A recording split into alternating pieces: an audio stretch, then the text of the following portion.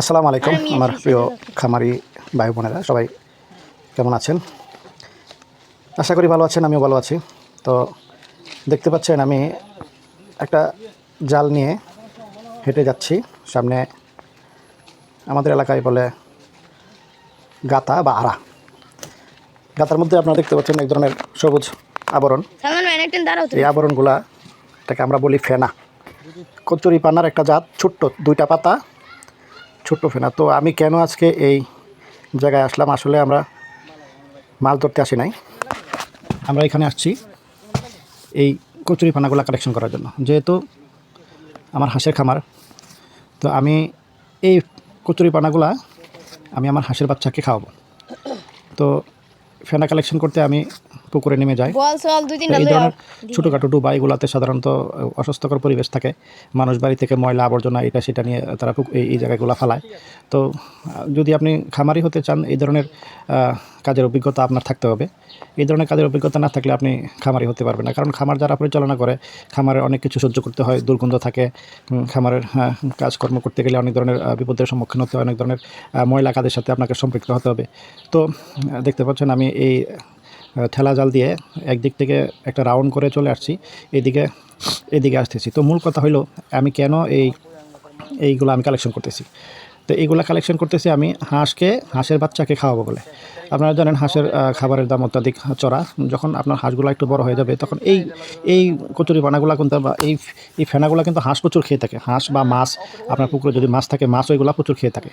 তো আপনি এইগুলা ফ্রিতে কালেকশন করতে পারেন। বিভিন্ন আমাদের এলাকায় অনেক পতিত জমি থাকে, পতিত জমিতে এরকম ধরনের ইয়ে থাকে, গাতা বা কী বলে, আমাদের অন্য এলাকায় অনেক কিছু বলে ডুবা, আমরা বলি গাতা। তো দেখতে পাচ্ছেন আমি ওই দিক থেকে জাস্ট গিয়ে এদিক থেকে ঘুরে আসছি। তো আমার বিদেশ ফেরত শালাবাবু আমার সাথে ছিল, তো আমাকে সাহায্য করার জন্য আমি তাকে নিয়ে আসছি। তো ওই যে দেখতে পাচ্ছেন আমি একবার ঘুরে আসছি। একবার ঘুরে আসাতেই প্রায় অনেকগুলা এই কচুরিপানা জালে উঠে আসছে। তো আমি এগুলা বস্তার ভিতরে ভরতেছি। কারণ হলো এক বস্তা, আপনি যদি এক বস্তা কালেকশন করেন, এক বস্তা কালেকশন করলে আপনার প্রায় 30 থেকে 40 কেজি হয়ে যায়। আপনি যদি একবেলা হাঁসকে 30 থেকে 40 কেজি খাবার আপনি এইটা দিয়ে খাওয়াইতে পারেন, এই জলজ উদ্ভিদ দিয়ে খাওয়াইতে পারেন, তাহলে আপনার দেখা যাবে একবেলার খাবারটা আপনার সেভ হয়ে যাবে। আমি এখন যদি বর্তমানে হাঁসকে 70 কেজি খাবার খাওয়াই পার ডে, 1000 হাঁসকে, তো আমার একবেলার খাবার সেভ হয়ে যাবে। তো একবেলার খাবার সেভ হলে আমার এখানে প্রায় আমার এখন প্রতিদিন টাকা লাগতেছে প্রায় 3000 মতো। তো 3000-এ আমি যদি হিসেব করি, তাহলে আমার প্রায় 5 থেকে 600 টাকার খাবার আমি জাস্ট আমার আধা ঘন্টা লাগছে এই 600 টাকার খাবার আমার কালেকশন করতে। তো আমি এই বিষয়টা আমি অবশ্য আমি যার কাছ থেকে হাঁসের বাচ্চা নিছি, ইয়াসির ভাই নেত্রকোনা কুটরিকোনা গ্রামের একজন উদ্যোক্তা, যিনি হাঁস সম্বন্ধে খুব ভালো বুঝেন।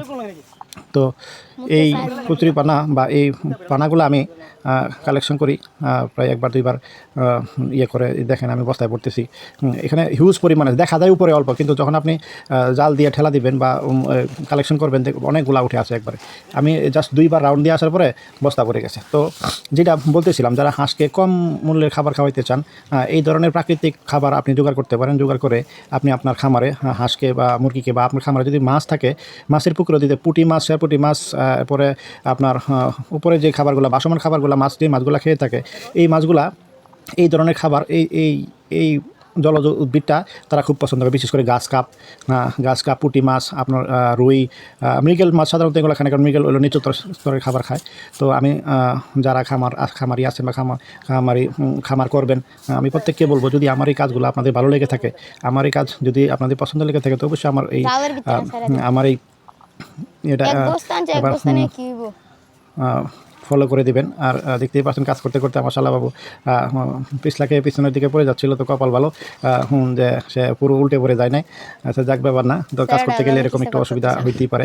তো আসলে এই বিষয়গুলা যারা জানেন, খামারে খরচ কমাইতে গেলে, খাবার খরচ কমাইতে গেলে এই ধরনের কাজগুলো আপনাকে করতে হবে।